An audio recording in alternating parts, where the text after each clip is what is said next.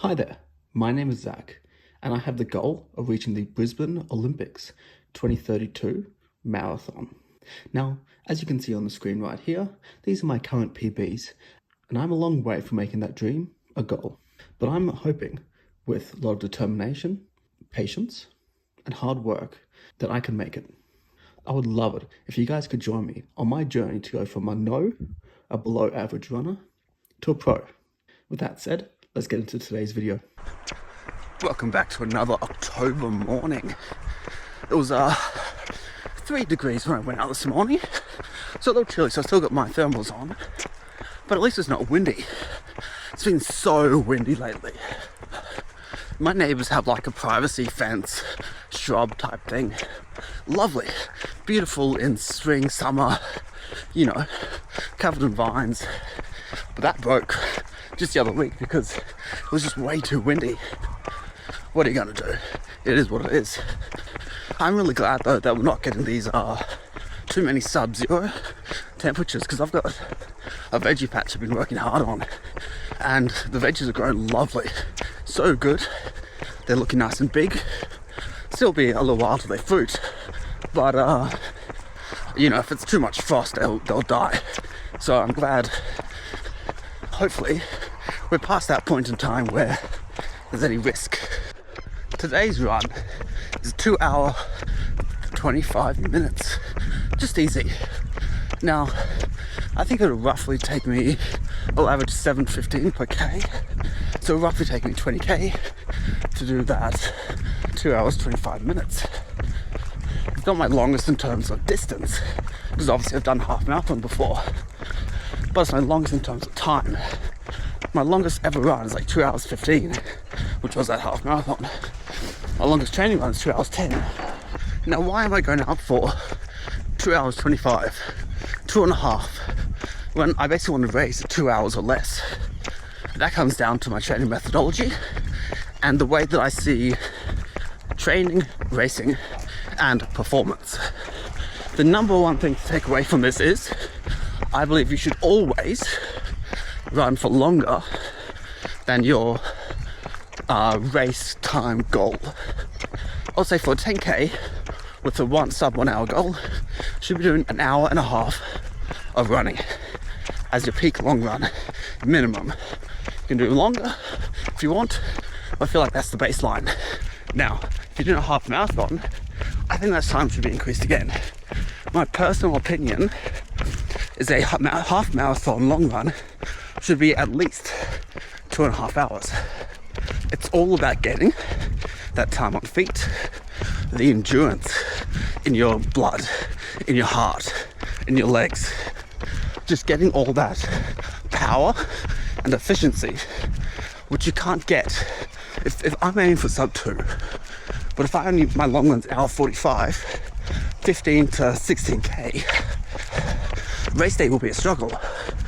But if my easy days are 20K and I'm doing 2.5 hours, but then I'm racing at 2 hours or less, it just feels so much easier.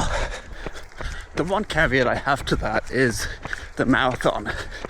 So I'm doing a marathon in April 2026, which is like 6 months away, and I want to do sub 5. I think realistically I can actually do sub 4, but my goal is sub 5. When it comes to training for that marathon though, I don't believe you should do more than 3.5 hours, no matter how far you go in that 3.5 hours. I think a lot of the training recommendations is just do a 20-mile run as your peak, which is 32K, I think. If 3.5 hours is less than that, I think you should be doing less. If 3.5 hours is more than that, I think you should be doing more. I 100% focus on time more than distance, because it doesn't really matter, because 42K is 42K. However, if you're running for 2 hours, 3 hours, 4 or 5, that is what matters. You're all doing the distance, but it all depends on how long it takes you. Now, you would have noticed that it's gone up by that 1 hour per discipline. But a half marathon is longer than twice a 10k. So for 10k you should do an hour and a half. Why aren't you doing 3 hours for a half? And then a marathon is twice the distance of a half. So if you're doing 3 hours for the half, why aren't you doing 6 for the marathon? It's because fatigue is not linear. So let's just use a simplified metrics. So let's say 1 hour of running is 1. Now 2 hours of running, fatigue build is not 2. It's more like 2.5, maybe 3. When you go on to 3 hours, so it feels linear, it'll be 3 metrics of fatigue. But when you actually get to it, it's more like 4.5, 5. So a 3 hour run is 5 times as taxing as a 1 hour run. And so that builds up the longer you go. So that's why you still need to push. You need to get the endurance in the legs. But there was a point where that endurance is more detrimental than beneficial. So far, I've only been talking about marathon distance and below. Now, just recently, well, in the last couple of months, there was that sub 6 attempt and success for the 100k distance. So it was the first time anyone had ever gone under 6 hours for 100k.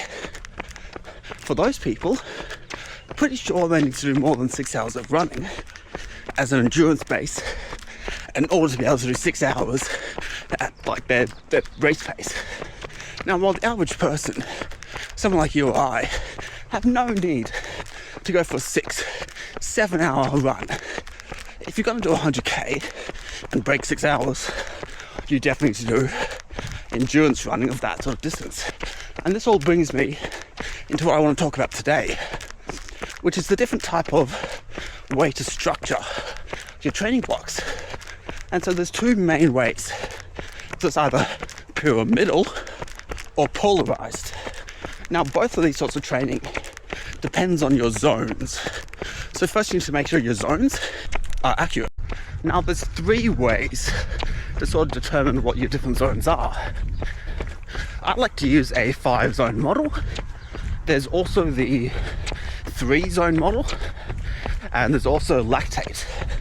So I base all this off my threshold heart rate. Let's say, so your threshold heart rate is what you can hold for an hour. Now for me, it's roughly about 175 beats per minute. For you, it could be different. So you got to make sure you do that test. Now, I got my test from my 10k Goulburn race back in May. And I think that's a very good way to do it, is to do a race. Do a 10k. Because that's roughly what most people do in an hour. So it's a good way to set your threshold heart rate and therefore your zones. So zone 1 is up to about 70% of your threshold heart rate. So for me at 175, that's about 122 beats per minute. So zone 1 is your very easy recovery. Zone 2 is from 70 to 85%. For me, that's about 148 beats per minute. And zone 2 is your easy all-day endurance.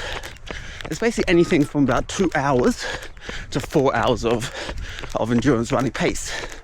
Now, recovery is basically anything from what you can hold for 4 hours and beyond.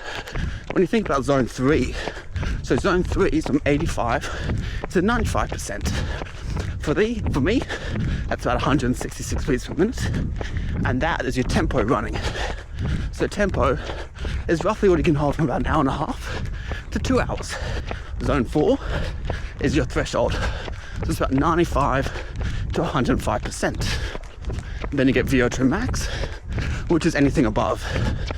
A little caveat to these zones is these are training zones. They're not racing zones. When you race, normally what happens is your heart rate's already elevated. So actually, even before you start, you're normally in zone 2. Then when you start, go straight to threshold.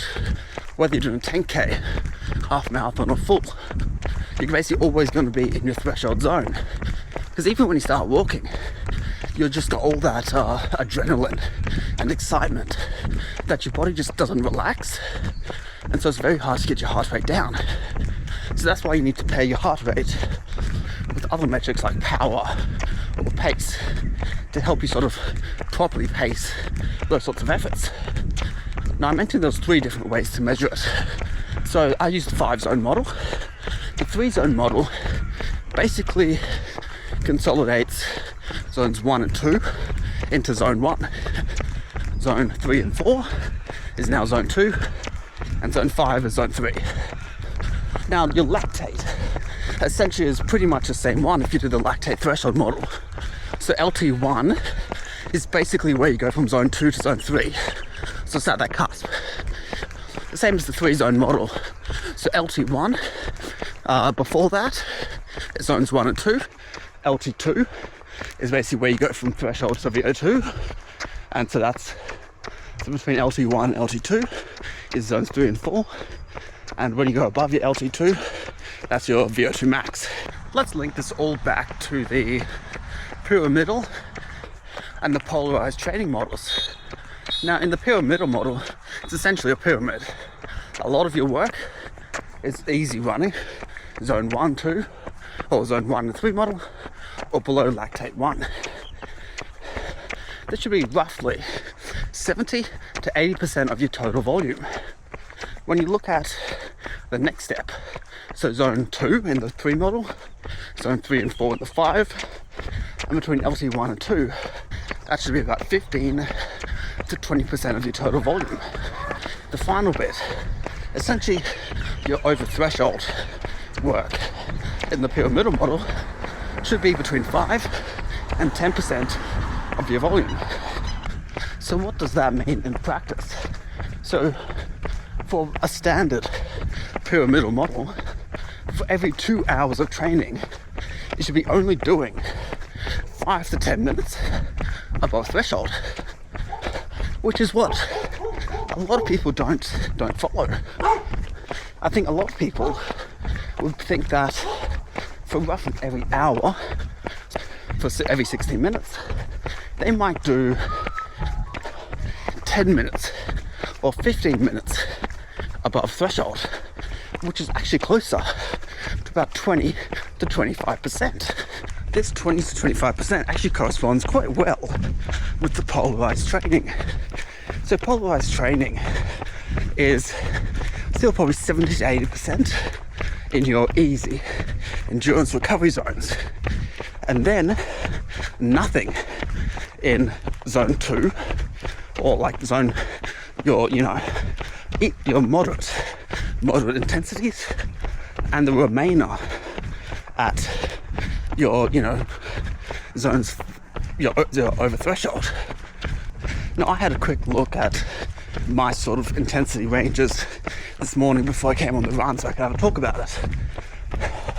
And the only above threshold work I do is in my kind of strides at the end of a run.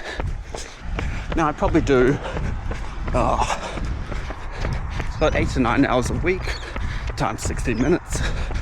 It's about 500 minutes of training. So if I were to do a pyramidal and keep it at 5% of threshold, at least about 25 minutes of hard work. I probably do 10 to 15 minutes total. So my over threshold is very, very, very limited, 2 to 3%. When it comes to my moderate intensity work, I probably do about 10%, maybe 10 to 15%. It does fluctuate week and week. I think some weeks it might be 25 and some might be 10. But on average, I'd say 80 to 85% is like my easy zone 1, zone 2 runs, which is basically a really wide pyramid. Very wide, very stable, and will mean in the coming years, when I want to actually start pushing, as you guys should know if you're a long-term follower, if you're not, please make sure you like and subscribe. But if you are, I'm aiming for the Olympics. Now that's 6 years and 9 months-ish away. So I'll do about 6 years, this sort of structure, and then in the final 9 months, with all that solid 7+ years of base, I can then, go hard and see how far I can push to get that win. Now, I'm not going to say that the way I train is the most optimal. Now, the way you train might be what's best for you. I've found that the more intensity I do, the more fatigue I build, which is pretty obvious, but my body just can't handle that much accumulated fatigue. Therefore, I need to do more easy, more casual runs in my week than more intense efforts. Now, everyone's running style is absolutely individual, and your training should be as well. So you should never follow what someone does online. As I said, I've built mine with a lot of experience from the last couple of years. I know my body. I know how much volume I can do, how much intensity I can do, and the mix. And that's how you improve. Because you still need to do the intense stuff. If you want to get better, you can't just do the zone 2. But it's how much can you do and recover. That is what will help you get faster. As always, thank you guys so much for watching, and I'll see you guys next week.